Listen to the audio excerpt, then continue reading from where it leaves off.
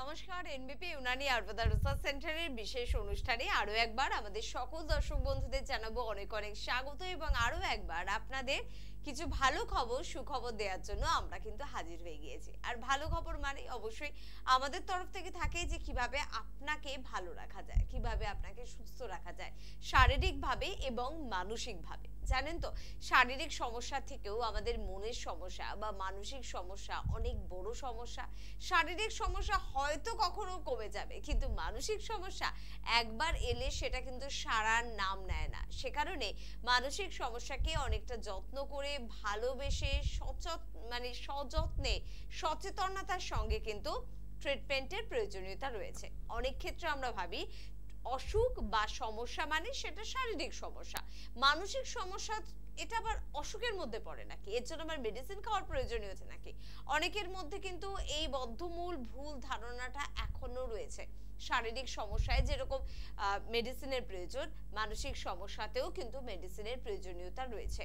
এনবিপি Unani Ayurveda research centre, যেখানে কিন্তু আপনার সব দিকে সব রকমের ট্রিটমেন্ট হয়, মাথার চুল থেকে পায়ের নখ পর্যন্ত, মানসিক হোক বা শারীরিক, বা আপনার ইএনটির সমস্যা হোক বা আপনার চোখের সমস্যা হোক বা দাঁতের সমস্যা হোক, আপনার কোনো ম্যানিয়াগ্রস্ত সমস্যা হোক, আপনার নেশাগ্রস্ততার সমস্যা হোক, বা আপনি অপারেশন করতে চাইছেন না এই সমস্যা হোক, সমস্ত ধরনের সমস্যার সমাধান কিন্তু পেয়ে যাচ্ছেন। এবং আজকেও ঠিক এরকমই একটি সমস্যা নিয়ে আমরা আলোচনা করব, যে সমস্যাটা জেনে রাখা আপনার জন্য ভীষণ প্রয়োজনীয়।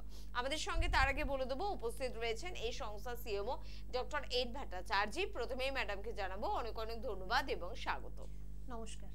এবং তার পাশাপাশি প্রত্যেক দিন তো লিভার, কিডনি, সুগার, প্রেশার নিয়ে অনেক কথা বলি, চলুন আজকে একটু অন্য কথা বলি। আজকে যে বিষয়টা নিয়ে কথা বলবো সেটা হচ্ছে সিজোফ্রেনিয়া। কি এই সমস্যা? এটি কি শারীরিক সমস্যা নাকি এটি মানসিক সমস্যা? সবটাই ম্যাডামের থেকেই শুনবো। স্কিজোফ্রেনিয়া এটা অবশ্যই একটি মানসিক সমস্যা। অনেকেই হয়তো সেই নামটার সাথে আমরা পরিচিত রয়েছি, অনেকেই হয়তো নামটা হয়তো জানেন না, কিন্তু তার মধ্যে আপনার কি সমস্যা হতে পারে বা কী ধরনের সিমটমস থাকবে সেগুলো হয়তো আপনাদের জানা আছে বা আপনারা সেটা হয়তো ফিল করতে পারেন। তো স্কিজোফ্রেনিয়া অবশ্যই একটি মানসিক সমস্যা, যেটা মেইনলি হচ্ছে আমাদের যে ব্রেন সেল থেকে যে কেমিক্যালসগুলো যেগুলো বেরোয় তার যদি ইম্পেয়ারমেন্ট হয়, মানে সেটা যদি ঠিক করে নিঃসৃত না হয়, তাহলে আপনার কিছু প্রবলেমস হয়, যেটাকে আমরা হ্যালুসিনেশন বা ডিলিরিয়াম এগুলো বলে থাকি। এবার কেমিক্যালের মধ্যে অনেক কেমিক্যাল রয়েছে, তার মধ্যে ডোপামিন আর গ্লুটামেট এই দুটো কেমিক্যাল রয়েছে, যার জন্য আমরা ধরুন কোনো ধরনের কথাবার্তা বলা, কোনো কথাকে গুছিয়ে বলা, বা আপনি কোনো প্রশ্ন করলে তার উত্তর ঠিকঠাকভাবে দেওয়া, সেই কাজগুলো আমরা করে থাকি। কিন্তু যদি সেটা আপনার ঠিকভাবে যদি আপনার রিলিজ না হয়, তাহলে একটু অসংলগ্ন কথাবার্তা বলা বা কোনো ধরনের ভয় ভীতি নিজের মধ্যে কাজ করা, বা কোনো ঘটনা হয়তো আপনার মনে হচ্ছে যে এই ঘটনাটা ঘটছে কিন্তু আসলে কিন্তু সেরকম কিছু হচ্ছে না, এরকম ইম্পেয়ারমেন্ট কিন্তু দেখা যায়। একদম, তাহলে এই বিষয়টা নিয়ে কথা কিন্তু বলতেই হবে। আপনার পরিবারে বা আমার পরিবারে বা আমাদের কারোর পরিবারে কিন্তু এই ধরনের সমস্যায় আক্রান্ত মানুষটি রয়েছে। অনেক ক্ষেত্রে তাকে আমরা ভুল বুঝি, অনেক ক্ষেত্রে তার সমস্যাটা আমরা বুঝতে চাই না, ফলে তার সমস্যাটা প্রত্যেকটা দিন কিন্তু বাড়তে থাকে। ম্যাডামের থেকে এই বিষয়টা নিয়ে আলোচনা শুনবো, তবে প্রথম বন্ধু কে আছেন? নমস্কার। হ্যাঁ নমস্কার। বলছি আমার প্রশ্নটা একটু অন্যরকম। মানে আমি খুব মেন্টালি চাপের মধ্যে আছি, তবে রিল্যাক্সে কিভাবে থাকতে পারি? কোথা থেকে ফোন করছো তুমি? যাদবপুর থেকে বলছি। যাদবপুর থেকে। তোমার বয়সটা একটু বলো। আমার বয়স 26 প্লাস। 26 প্লাস, ওকে। 26 ইয়ার্স এজে আপনি মানসিক চাপে আছেন। এবার প্রথমত তাহলে জানতে হবে যে মানসিক চাপটা কিসের জন্য। সেটা কি আপনার ওয়ার্কলোড রয়েছে নাকি অন্য কোনো সমস্যা রয়েছে? না মানে শুধু জব লেস হয়েছে আর একটা ফ্যামিলি চাপের মধ্যে রয়েছে। আচ্ছা দেখুন, প্রথমত আপনার যে প্রবলেমসগুলো আপনি বলছেন সেটার জন্য আপনার দরকার আছে একটু কাউন্সিলিং এর, কারণ আগে আপনার সমস্যাটাকে বুঝতে হবে যে আপনার কোথায় প্রবলেম হচ্ছে, কেন প্রবলেম হচ্ছে, তারপর প্রশ্নটার উত্তর আসবে যে আপনি কীরকমভাবে তার থেকে ফ্রি থাকতে পারেন। অবশ্যই তো প্রথমে একটা কাজ, যেটা হচ্ছে নেগেটিভিটি থেকে আপনাকে দূর থাকতে হবে, আর নেগেটিভ কোনো কমেন্টস বা নেগেটিভ কোনো কাজকর্ম তার থেকে আপনাকে দূরে থাকতে হবে। আপনি বলেন ফ্যামিলি ট্র্যাপ মধ্যে আপনি রয়েছেন, সেটা যাই রয়েছে সেটা থেকে ওভারকাম কিন্তু আপনাকেই করতে হবে। তবে তার জন্য আপনার দরকার আছে একটু কাউন্সেলিং করার। আর আপাতত আপনি যেটা করতে পারেন সেটা হচ্ছে আপনি প্রত্যেক দিন একটু যোগা, প্রাণায়াম, মেডিটেশন এগুলো একটু আপনি করা প্র্যাকটিস করুন। কাজের মধ্যে থাকুন, আর ফিজিক্যাল অ্যাক্টিভিটি আপনার যাতে ঠিক থাকে, আর খুব বেশি চিন্তাভাবনা করবেন না কোনো জিনিসকে নিয়ে। একটা জিনিস আপনি একটু মানে এটা আপনি বুঝে রাখবেন যে যেটা হওয়ার সেটা আপনার হবেই। এত বেশি চিন্তাভাবনা করে কোনো লাভ নেই, এটা আরও আপনার শরীরের উপর ক্ষতি একটা এফেক্ট ফেলবে। আপনার হয়তো প্রেশারের সমস্যা চলে আসতে পারে, সুগারের সমস্যা চলে আসতে পারে, বা আপনার ইনসুমিনার প্রবলেম হতে পারে। তো তার জন্য আপনি নেগেটিভ জিনিস থেকে একটু দূরে থাকুন। আর আপনি যদি মনে করেন যে না একটু আপনার কাউন্সেলিংয়ের দরকার রয়েছে, তাহলে আপনি আমাদের যে কোনো চেম্বারে এসে একবার দেখা করতে পারেন। একটু হেল্পলাইন নাম্বার থেকে একটু আপনি যোগাযোগ করে জেনে নিন আপনার বাড়ির কাছে কোন চেম্বারটি রয়েছে, আপনি এসে একটু দেখা করতেই পারেন। মানে অনেক ক্ষেত্রে আমাদের মানসিক সমস্যা আমাদের শারীরিক সমস্যারও কিন্তু কারণ হয়ে যায়। অনেক ক্ষেত্রে আপনি ভাবছেন আমি শারীরিকভাবে ভীষণ সবল, সুস্থ, সুন্দর, আমার তো মানসিক সমস্যা, কিন্তু এই মানসিক সমস্যায় আপনাকে কিছুদিনের মধ্যে দুর্বল বা শারীরিকভাবে অসুস্থতেও কিন্তু পরিণত করতে পারে। সে কারণে কোনো সমস্যাকেই ছোট ভাববেন না। আমার মনে হয় শারীরিক সমস্যা থেকে মানসিক সমস্যা কিন্তু আরো বৃহৎ আকারে ধারণ করে। কে আছেন বলবেন? নমস্কার। নমস্কার, আমি বালুরঘাট থেকে। কোথা থেকে? বালুরঘাট। বালুরঘাট থেকে বলছেন, বলুন ম্যাডাম কি প্রবলেম হচ্ছে? আমার প্রবলেম হচ্ছে আমার দু হাতে মানে কবজির ওখানে ফুলে গেছে। তখন থেকে ডাক্তার দেখিয়েছি, ডাক্তারবাবু বলছে এটা কিন্তু গ্যাংলিয়ন বলে। তো ডান হাতে কোনো সমস্যা নেই, কিন্তু ডান হাতে আমার ফুলে যায়, মানে ফুলেটা ব্যথা করে, কাজকর্ম করে নড়াচড়া করে ব্যথা করে, আর ফুলেটা মাঝে মাঝে কমে যায় আবার বেড়ে যায়। আচ্ছা, আপনি যে ডক্টর দেখিয়েছেন, ডক্টর কি বলেছে আপনার কি হয়েছে? বলছে গ্যাংলিয়ন হয়েছে। Ganglion cyst. আচ্ছা, ওটা কি আপনার যেটা ফুলে আছে ওটা কি শক্ত মতো হয়ে আছে জায়গাটা? হ্যাঁ, শক্ত হয়ে আছে। ওখানে ব্যথাও রয়েছে আপনার? হ্যাঁ, হালকা হালকা ব্যথা আছে। বেশ, দেখুন যদি আপনার গ্যাংলিয়ন সিস্ট যদি আপনার হয়ে থাকে, তো গ্যাংলিয়ন মানে একটা সিস্ট, মানে আপনার চামড়ার ভেতরে একটা টিউমার আপনার উৎপন্ন হয়েছে।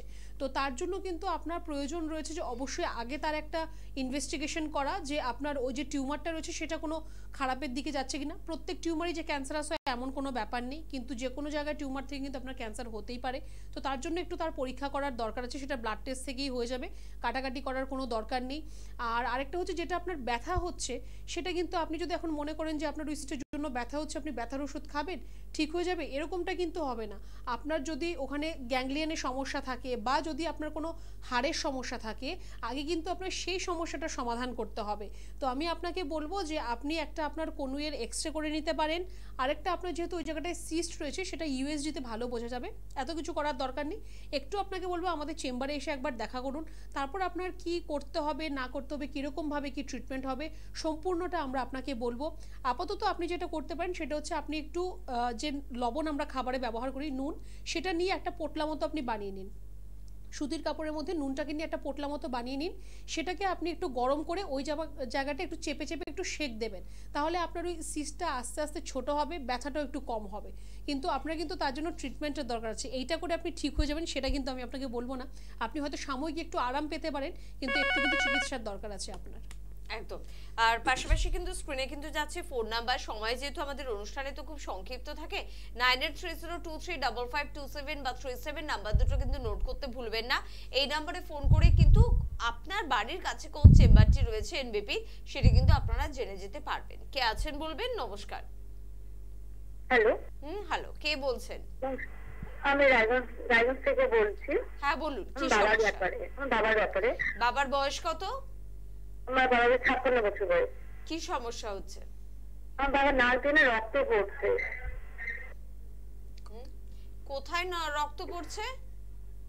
নাক দিয়ে রক্ত পড়ছে। নাক দিয়ে রক্ত পড়ছে। আচ্ছা আচ্ছা, বেশ বেশ বেশ বেশ। আচ্ছা, এই সমস্যা, হ্যাঁ বলুন। আর বলছি সবসময় পড়ছে না, ওই 5-6 দিন রক্ত পড়ছে, তারপর বন্ধ হয়ে যাচ্ছে, আবার দেখা 10 বছর আবার পড়ছে।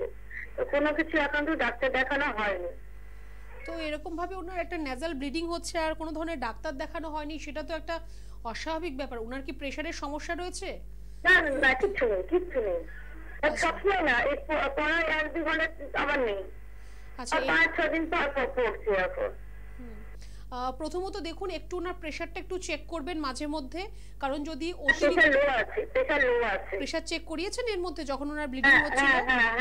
হ্যাঁ। আচ্ছা, কোনো চোট পেয়েছিলেন উনি নাকের মধ্যে? না না না না।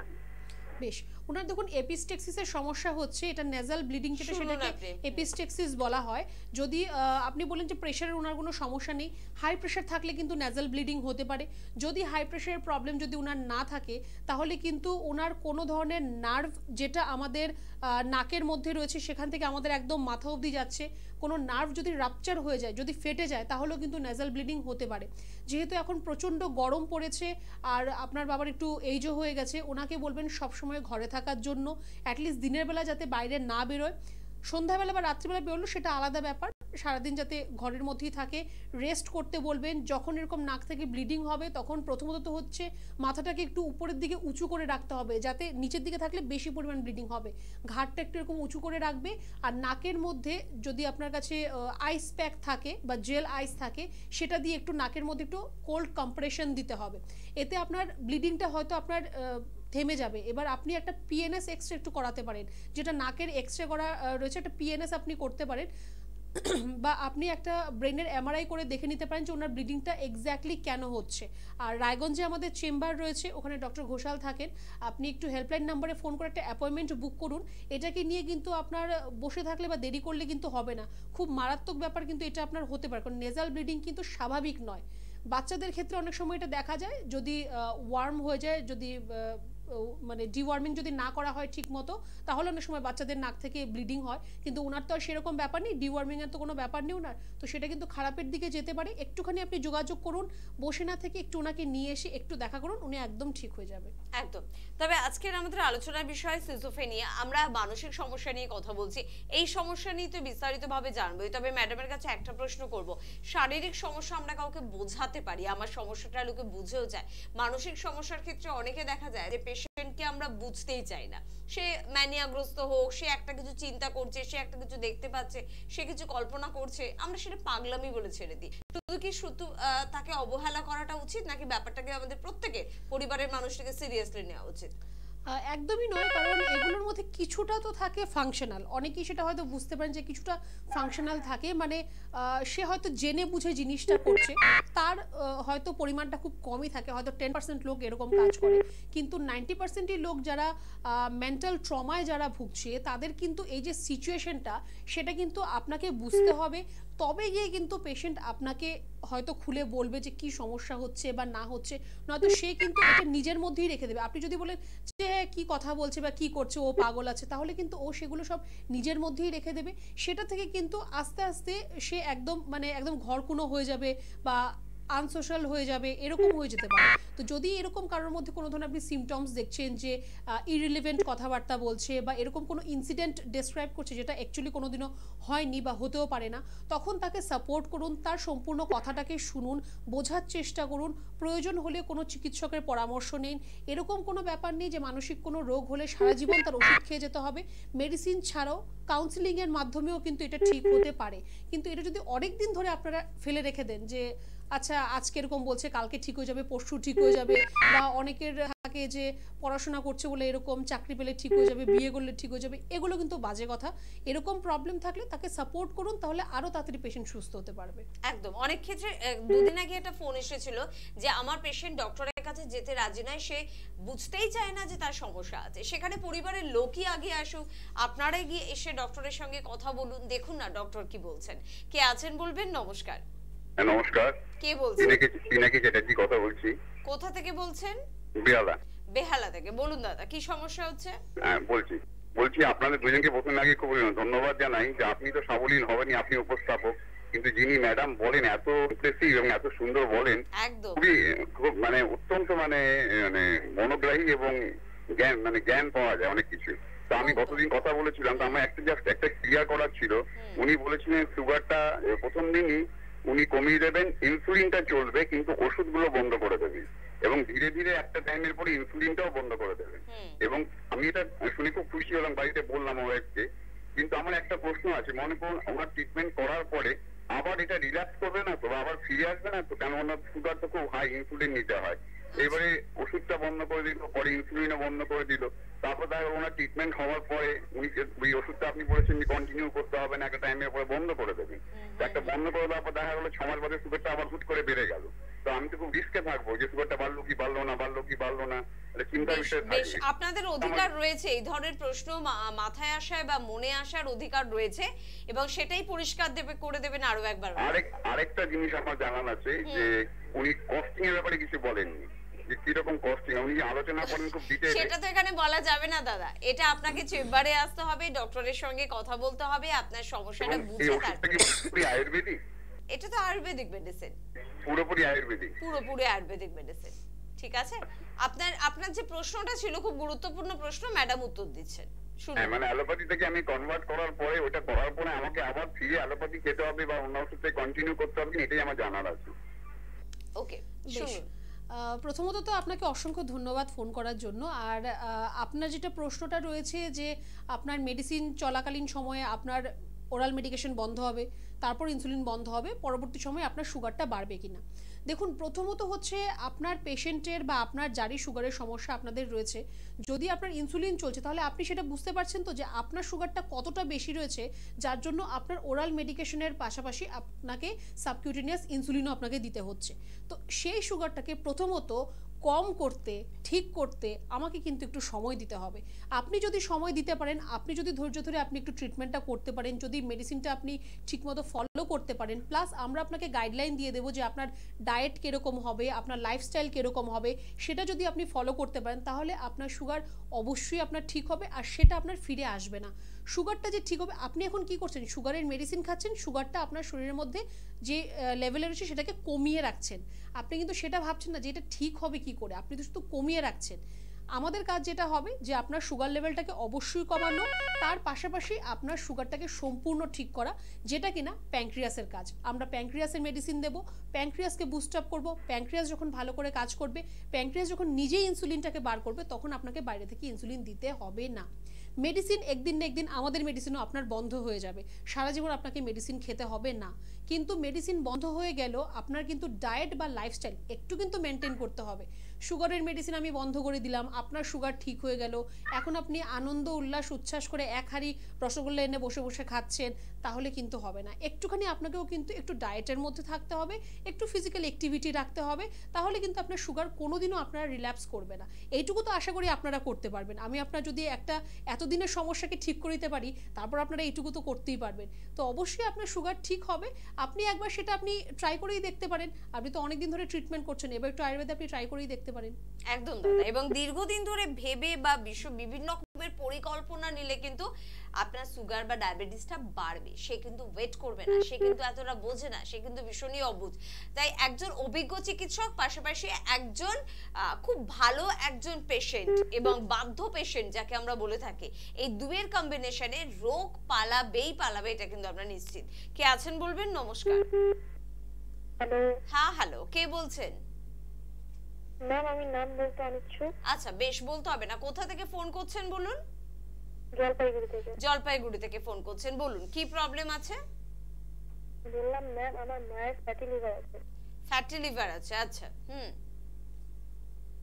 এটাই সমস্যা? হ্যাঁ হ্যাঁ, এটা মা বলে রাখো। এটা মায়ের সমস্যা বলছেন? হ্যাঁ হ্যাঁ। আচ্ছা, আচ্ছা, আপনার মায়ের ফ্যাটি লিভার যে আছে, কতদিন ধরে ফ্যাটি লিভারটা আছে? এই ধরুন 6 মাস। 6 মাস। তো চিকিৎসা চলছে ওনার এখন? হ্যাঁ হ্যাঁ, চিকিৎসা চলছে। তো 6 মাস ধরে আপনি যখন মেডিসিন খাওয়াচ্ছেন, তো 6 মাস হয়ে গেল, আপনি আর কোনো ইউএসজি রিপোর্ট করাননি? না। তো আপনার জানার ইচ্ছে নেই যে ফ্যাটি লিভারটা ঠিক হলো কি হলো না, নাকি সারা জীবন ওষুধ খাইয়ে যাবেন?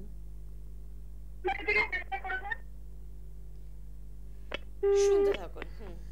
দেখুন, একটুখানি আপনাদের কনসিয়াস হতে হবে। অবশ্যই। আপনার মায়ের ফ্যাটি লিভারের সমস্যা রয়েছে, সেটা 6 মাস আগের রিপোর্ট। 6 মাস ধরে আপনি ট্রিটমেন্ট করছেন, 6 মাসে একবারও আপনার মনে হলো না যে একবার একটু টেস্ট করে দেখি আদৌ ফ্যাটি লিভারটা কিছুটা কমলো কি না, নাকি ফ্যাটি লিভার থেকে এখন হ্যাপাটোমেগালি হয়ে যাচ্ছে, ফ্যাটি প্যানক্রিয়াস হয়ে যাচ্ছে, সেটা জানার দরকার নেই? আর সেই চিকিৎসাটাই যখন আমাদের কাছে করতে আসবেন, তখন আপনি কমসে কম 10 বার জিজ্ঞেস করবেন ঠিক হবে তো? কতদিনে ঠিক হবে? কবে রিপোর্ট করবেন? তো এই যে আপনাদের প্রশ্নগুলো আমাদের কাছে থাকে, এই প্রশ্নগুলো আপনি যেখানে ট্রিটমেন্ট করছেন সেখানেও করুন। আমরা একটা টাইম বাউন্ড ট্রিটমেন্ট করি, আর অবশ্যই আমাদের রিপোর্ট বেস আমাদের ট্রিটমেন্ট হবে। আপনার এখন যার প্রেসক্রিপশন বা যার রিপোর্টস রয়েছে সেটা আপনি নিয়ে এসে, আপনার বাড়ি জলপাইগুড়ি, আমাদের শিলিগুড়ি কোচবিহার দুটো জায়গাতেই চেম্বার রয়েছে, যেটা আপনার বাড়ির কাছাকাছি হবে সেখানে আপনি এসে একটু যোগাযোগ করুন।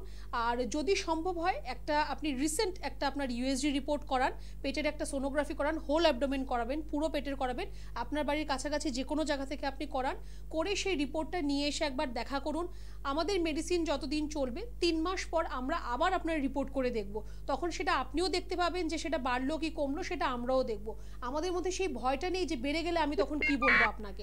আপনি যে এখন টেস্ট করছেন না বা আপনার ডাক্তারবাবু আপনাকে টেস্ট করতে দিচ্ছে না, কারণ হয়তো ওনার মধ্যে কনফিডেন্স নেই যে কমবে কি কমবে না, তাই আপনাকে রিপোর্টও করায়নি। আমাদের মধ্যে কনফিডেন্স রয়েছে, তাই আমরা 3 মাস পর আবার রিপোর্ট করাবো।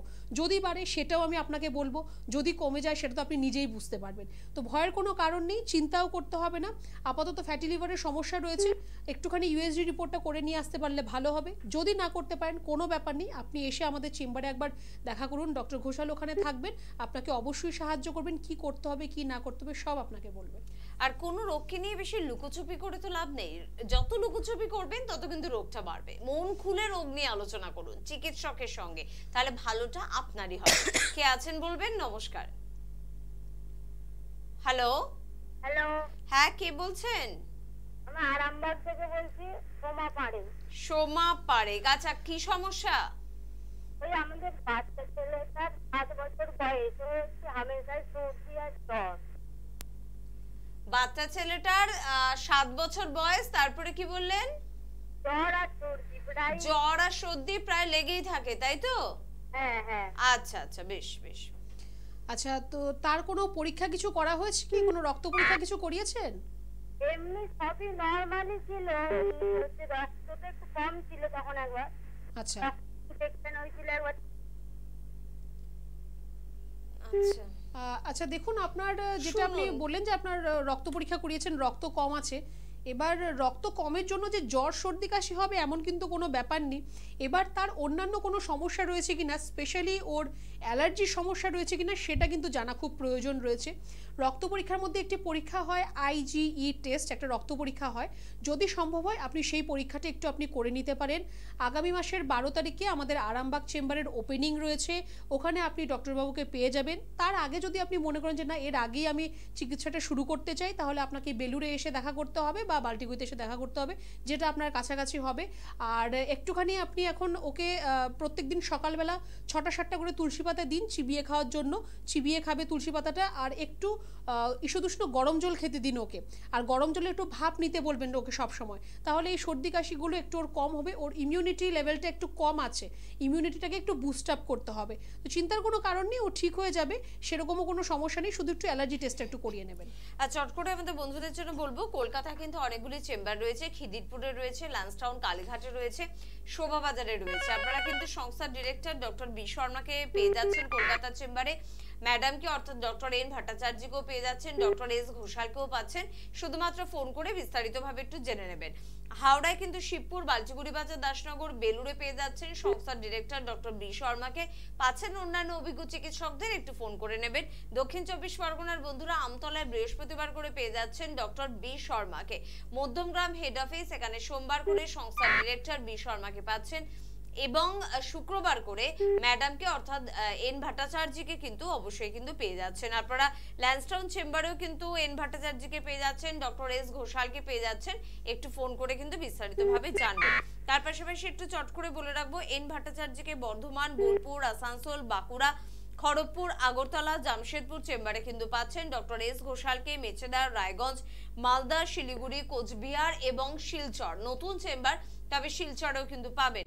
আপনারা ডক্টর এ হালদারকে আরামবাগ, হলদিয়া, দুর্গাপুর, কৃষ্ণনগর, হেরিয়া, বহরমপুর, দিল্লির চেম্বারে কিন্তু পাবেন। রায়গঞ্জ এবং হলদিয়া চেম্বার কিন্তু একেবারে সদ্য জন্ম নেওয়া চেম্বার, এখানে কিন্তু অবশ্যই আপনাদের জন্য দরজা খোলা রয়েছে, আপনারা পৌঁছে যেতেই পারেন। তাছাড়া কিন্তু দিল্লিতে জুন মাসের 6 তারিখে আবারও চেম্বার রয়েছে। আরামবাগে 12ই মে নতুন চেম্বার, থাকছেন সংস্থার ডিরেক্টর বি শর্মা, এবং অবশ্যই 19শে মে শিলচর থাকছেন সংস্থার ডিরেক্টর বি শর্মা এবং পাশাপাশি থাকছেন অন্যান্য অভিজ্ঞ চিকিৎসকেরা। তার পাশাপাশি বলে রাখি গুয়াহাটিতে চেম্বার রয়েছে, বাংলাদেশে কিন্তু ঢাকায় চেম্বার পেয়ে যাচ্ছেন 26শে মে। ফোন নাম্বার হচ্ছে 9831020886। এই নাম্বারে কিন্তু হোয়াটসঅ্যাপ করবে, তাহলে কিন্তু বাংলাদেশ সম্পর্কে সমস্ত তথ্য আপনি বাড়িতে বসেই পেয়ে যাবেন। কে আছেন বলবেন? নমস্কার। হ্যালো, কে বলছেন? আমি সুনিতা সাহা, কোথা থেকে ফোন করছেন? রামপুরহাট থেকে। রামপুরহাট থেকে, বলুন কি প্রবলেম? আমার ব্রেনের সমস্যা, ব্রেনের চাপ বেশি, মেন্টাল ডিপ্রেশন, তারপরে এসবের নিয়ে ওষুধ খাচ্ছি আমি ডাক্তারের কাছ থেকে। তো আমি পুরোপুরি এখনো সুস্থ হইনি, আমি খুব ভালো সুস্থ হতে চাই এবং আমার রোগটাও অনেক দিনের, পুরোনো ওষুধ, পুরোনো রোগ। আমি ওষুধও প্রায় 4 বছর ধরে খাচ্ছি। বেশ ম্যাডাম, সময় খুব কম, আপনি শুনুন। যেহেতু আজকে আমরা মানসিক সমস্যা নিয়ে আলোচনা করছিলাম, যাদের মানসিক সমস্যায় জর্জরিত ভুগছেন বা পরিবারের কেউ রয়েছে, তাদের জন্য ম্যাডামের কাছ থেকে ছোট্ট করে কিছু তথ্য জেনে নেব। যেটা বললাম যে প্রথমত হচ্ছে যে যারই এই সমস্যাটা রয়েছে তার পরিবারে যারা রয়েছে বা বন্ধু মহলের মধ্যে যারাই রয়েছে, আগে ওনাকে বোঝার চেষ্টা করুন, তাহলে ওনার জন্য যতটা সুবিধা হবে আপনার জন্য ততটা সুবিধা হবে। ওনাকে সাহায্য করুন, ওনাকে আলাদা করে রাখলে কিন্তু ওনার সমস্যাটা আরও বাড়তে থাকবে। আর যিনি আপনি এখন রামপুরহাট থেকে ফোন করলেন, আপনাকে বলবো যে বোলপুর আমাদের চেম্বার রয়েছে, আগামী মাসে আমাদের 6 তারিখে খুব সম্ভবত আমাদের চেম্বার রয়েছে বোলপুরে, 7 তারিখে আমাদের চেম্বার রয়েছে। তো আপনি একটুখানি যদি যোগাযোগ করতে পারেন আমাদের হেল্পলাইন নাম্বারে, আপনি এসে একবার দেখা করতে পারেন। সারা জীবন তো মেডিসিন খেলে হবে না, তার একটা সুরাহার দরকার আছে। মানসিক সমস্যার সম্পূর্ণ ট্রিটমেন্ট এনবিপিতে আমরা কিন্তু পেয়ে যাচ্ছি, সেটা যে কোনো সমস্যা হোক, যে কোনো তার নাম হোক। যদিও আজকে হাতে সময় একদম নেই, যারা ফোন করছেন তাদের বলবো সরি, আমরা অনুষ্ঠানে ফোন নিতে পারছি না, তবে আপনাদের জন্য ফোন কিন্তু খোলা রয়েছে 9830235527 বা 37। এই নাম্বারে ফোন করুন, এখনই ফোন করুন, কথা বলুন, কাছাকাছি চেম্বার সম্পর্কে জেনে নিন। আজকে এই পর্যন্তই, তবে এনবিপিতে যে কোনো ধরনের সমস্যার ট্রিটমেন্ট কিন্তু রয়েছে। ধন্যবাদ জানাবো আপনাদের, ধন্যবাদ জানাবো ম্যাডামকেও। প্রত্যেকে খুব ভালো থাকবেন, সাবধানে থাকবেন, সুস্থ থাকবেন। নমস্কার।